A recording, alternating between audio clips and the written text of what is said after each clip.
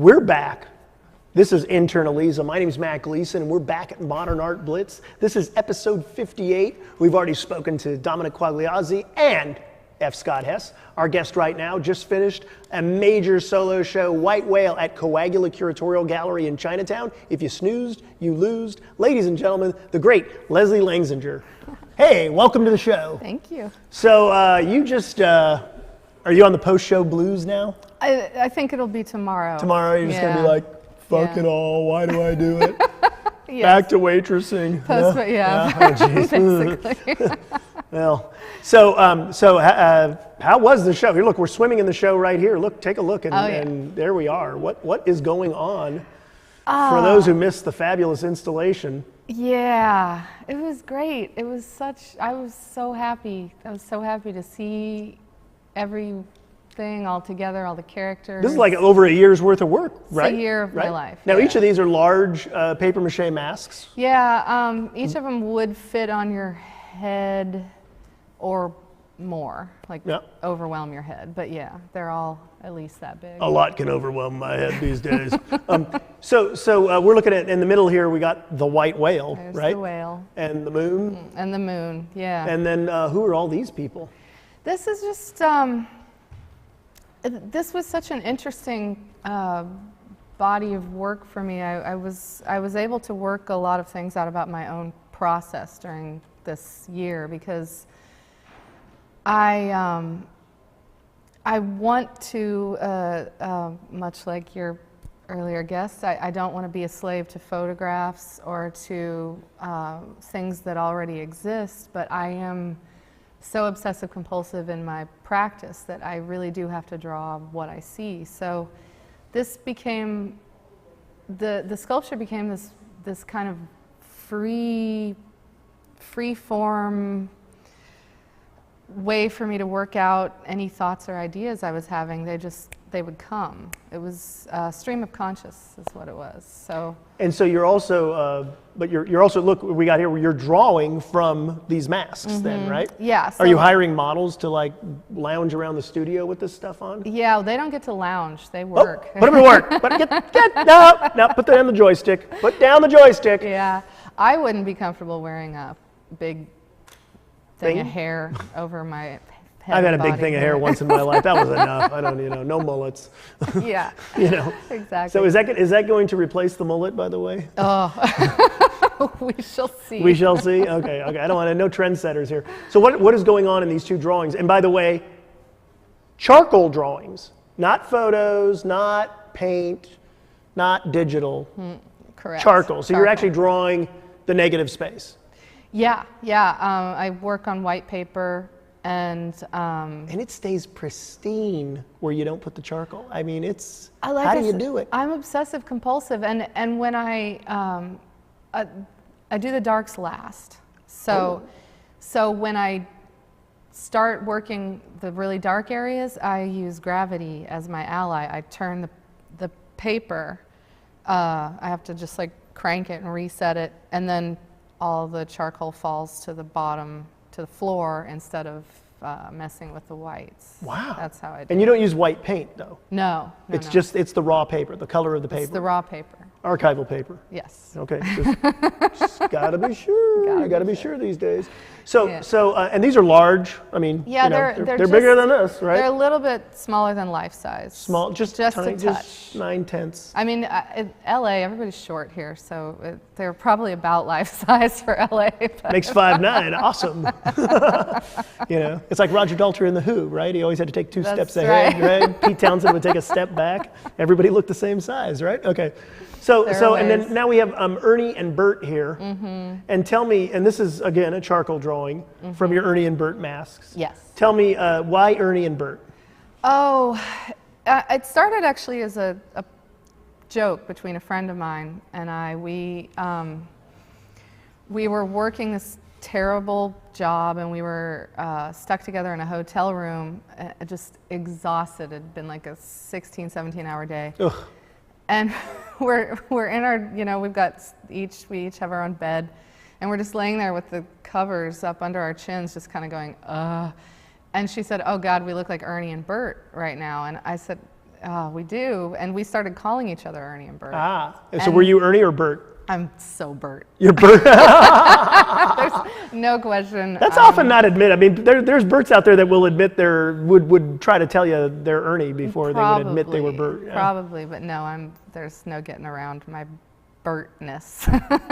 And this is a large piece. Mm-hmm. So it's just more a personal thing then. It started as a personal thing, and then when I was working with this theme that was, again, loosely based on Moby Dick. Because Ernie and Bert are not Ernie and Bert in Moby are not and on the Pequod. I said Moby and Dick. They are a little, but this idea, they're the only drawing in the show where there's two characters in one thing, okay. One frame, which it's because I kind of think of them as outside, clinging to one another. There's not Ernie. There's very few has Sesame Street ever had a scene with just Bert and not Ernie? Think true. about that. I don't know. They're yin and yang, and this is when I really started looking at the characters. I'm like, everything about Bert is vertical, and everything about Ernie is horizontal. And we're talking their face, their clothes. The clothes, everything, yeah. And there's a width to Ernie's face, yeah. And so Ernie's, the archetype of the optimist, and you're obviously Bert, the archetype of the pessimist. I am indeed. So where did you study art? I got my BFA at SCAD, Savannah College of Art and Design. Okay. When I went there, it wasn't called that. It was called the Atlanta College of Art. I grew up in Atlanta. But now it's SCAD. Okay. And so I don't know if my degree is even worth anything. We'll protect you here. Yeah. And I got my master's at the School of Visual Arts in New York. Oh, SVA? Mm-hmm. Oh, wow. So you were in, wait a minute now. Yeah. You're from the South, AKA another planet.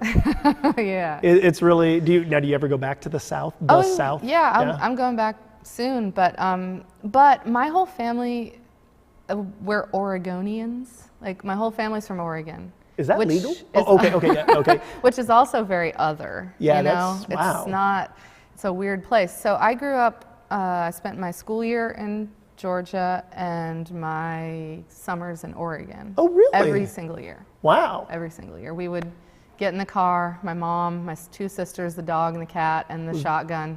And was Bigfoot involved in this? We probably saw him. Did you date Bigfoot? Was that it? We would drive. Your summer boyfriend? Yeah. There were some Sasquatchy dudes out there. Oh, but the South, of course, not at all, right? No, just prim and proper gentlemen. Oh, okay, I get that. What are we looking at here? This is one of the masks. Okay. And this was actually one of my favorite masks. It's very simple. I was going to say, it's almost the most plain. It is one of the more plain ones, but I think that's what drew me to it. It had this sort of neutrality, but underneath the neutrality there was a lot of just the subtle tension was all there. Barely hanging on. Yeah. Okay. Okay. Much like artists, would you say? Yeah. And so this one became the face for my Queequeg, and one of my Queequegs. One of the Queequegs of the Moby Dick. Yeah. And it's the face of my tattooed lady. So who is the model? An actual physical. Sure. I built the suit, and but so. How many characters are there in Moby Dick? Did you count? I didn't count. Because I went over, like, there are more characters on my wall of characters than there are in Moby Dick. Oh, okay. Yeah, but he does go into, there's a few, Pip was one of my favorites, the guy who thought he was dead. He kept falling in the water, and they kept rescuing him, but he believed he was dead the whole time. Now, the book is Call Me Ishmael. Who's Ishmael? Well, I mean, Ishmael was really... which mask is Ishmael? Which mask? Yeah? That's a good question, because Ishmael didn't really have a face, and he was a voice for everyone. Yeah. I mean, And there's no Herman Melville in the show either. There's no Herman Melville. There's no Herman. Although I could probably name one of the masks. So now this is the actual this is a reproduction of a photograph of the 3D Ernie and Bert. That's right? Ernie and Bert. Yeah. Well, maybe that's Herman and Ishmael. It could be. Yeah. Although, I think Ishmael would have to be Ernie, and I don't know what Herman Melville's personality was like, is he a Bert? You didn't read any biographies of Melville yet? You got to read Moby Dick first, then you can read the Melville biographies. Yeah, right? well then you take a break. Yeah, And then So get back into the 21st century. Don't go. Yeah, okay. So you've been in Los Angeles how long now? 10 years. 10 years. 10 years. That went by like that, right? It does. I remember when you were the new girl weather. in town. There's no weather, so no. It's climate.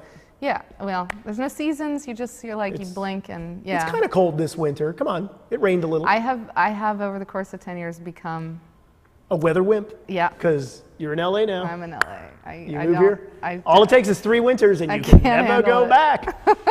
And you're sentenced to life on that freeway. Yeah. So 10 years. But you don't have much of a commute because you live in your studio, correct? Mm-hmm. Do you like that? Have you lived where you had to commute to your studio ever? And I've done both. And you prefer this one? You prefer it this way? There are pros and cons of both. I mean, it's both excellent and very, very bad to never really have to get out of your pajamas. Ooh, yeah. You know? That 4-day pajama binge can be like, oh, wait, I have to. Yeah. Now, you live at the Brewery Art Colony. My favorite little story about the brewery was I went to go drive somewhere and my car wouldn't start because I hadn't started the car in like 5 weeks and the battery was dead. And it was like, huh? That's the brewery. Yeah, you never leave, right? I think half of the people who live there haven't left. And, yeah. You know. Yeah, there's a couple that haven't left, definitely. It's been a decade or so. And we have the sun here. Yeah.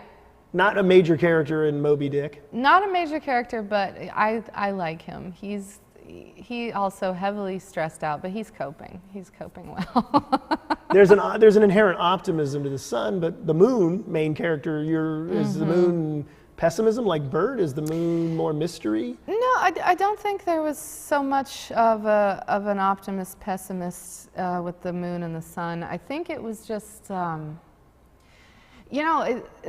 moon started popping up when I was making little drawings. I started doing these drawings because I had realized I'd gotten really far in and I hadn't done anything with the whale yet. Uh-oh.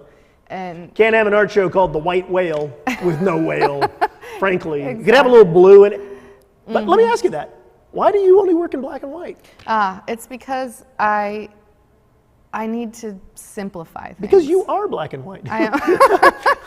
I love color. Color is amazing, but color is seductive and confusing, and there's a lot more choices you need to make. There's a lot more things to think, and I don't want to think about those things right now. You don't want that freedom. I don't. I'm limiting my palette. Freedom is just another word for? Nothing left to lose. Okay, well, so who do we have here? This is like the devil, kind of. It's kind of a, I don't know. He's a goat. He's more like a pagan god. I think. The icon of the devil. Yeah, a little bit. Yeah. Yeah. Yeah. You're not sounding like you're too afraid of the devil. No. You're too friendly with the devil to be afraid of the devil. Friendly with the devil, yeah. So, okay, so you've been 10 years in LA, you went to school in New York, LA versus New York. Oh, God. Ugh. I mean, New York is the girlfriend who cheats on you and makes you feel bad about yourself, but you love her. And LA is the sweet wife who has dinner ready for you every night and you're just fucking sick of her. Like, that's... Well... I'm Bert. I told you. Now that we're all single, okay. That's, that's my take on New York versus LA. Boy, I've never heard it put quite that way. One has been very good to me, and I take it for granted. The other was just constantly kicking my ass, and yet, I love it. You love it? Oh, boy. Okay. Yeah. And I like the dragon here. I don't see you going back to New York next winter.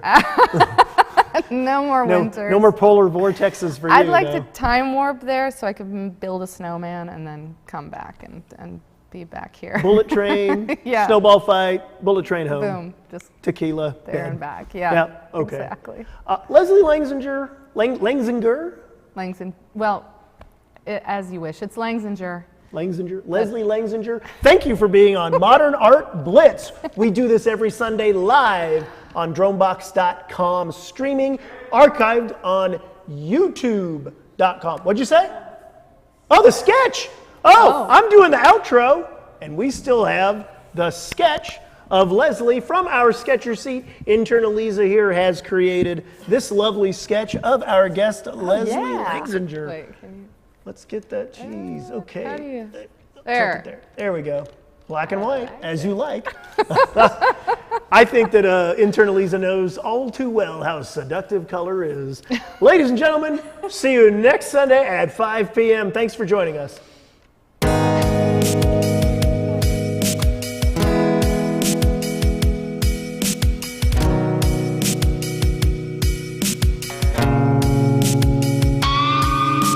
Welcome to the land of illusion.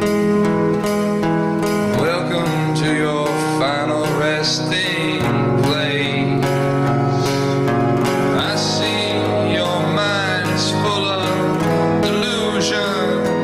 When you look in the mirror, do you see your own face?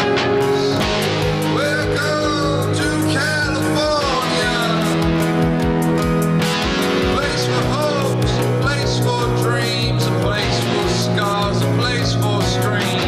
Welcome to Hollywood. Did you come here for a reason, or just because you could?